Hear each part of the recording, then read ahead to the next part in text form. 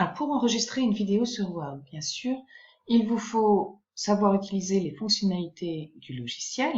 Je vous en montre ici quelques-unes. Vous pouvez y insérer, par exemple, des images. Pour tout le reste, c'est assez proche de Word. Donc, je peux effectivement modifier mon texte.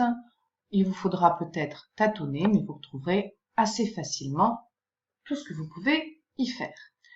Vous pouvez de la même manière modifier une image, sa taille, la rogner, la modifier comme vous le souhaitez.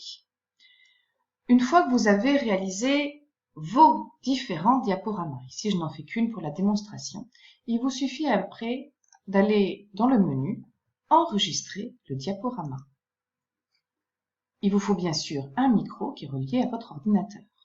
Dans ce cas, cela enregistre directement ma voix. Je peux également y mettre un pointeur ou écrire directement dessus avec mon stylet. Donc je vais faire effectivement comme si je réalisais cette vidéo. Donc vous aurez pour ce TP différents matériels à votre disposition qui représentent en réalité des maquettes de chromosomes à une ou deux chromatides, donc des chromosomes simples ou doubles.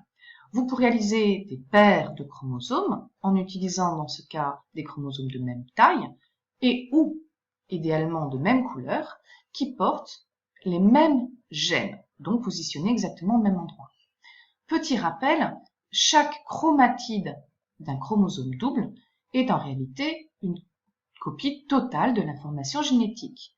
Donc forcément, ils portent les mêmes allèles.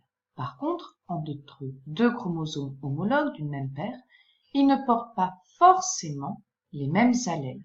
On dit alors qu'il est hétérozygote pour ce gène et ce chromosome. Donc ici, nous avons représenté un individu hétérozygote pour l'ensemble de ces gènes.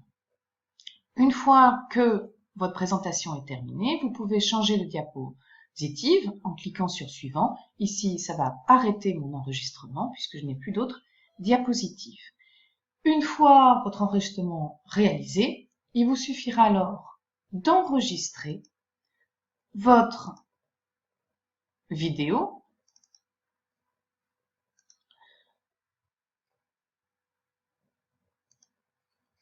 avec la possibilité de l'enregistrer sous la forme d'une vidéo MP4. Et voilà. Alors des fois, c'est un petit peu long pour qu'il puisse l'enregistrer. Il vous faudra ensuite, donc bien enregistrer un endroit, vous pouvez la retrouver. Et votre vidéo, là, est en cours de chargement. Et c'est tout.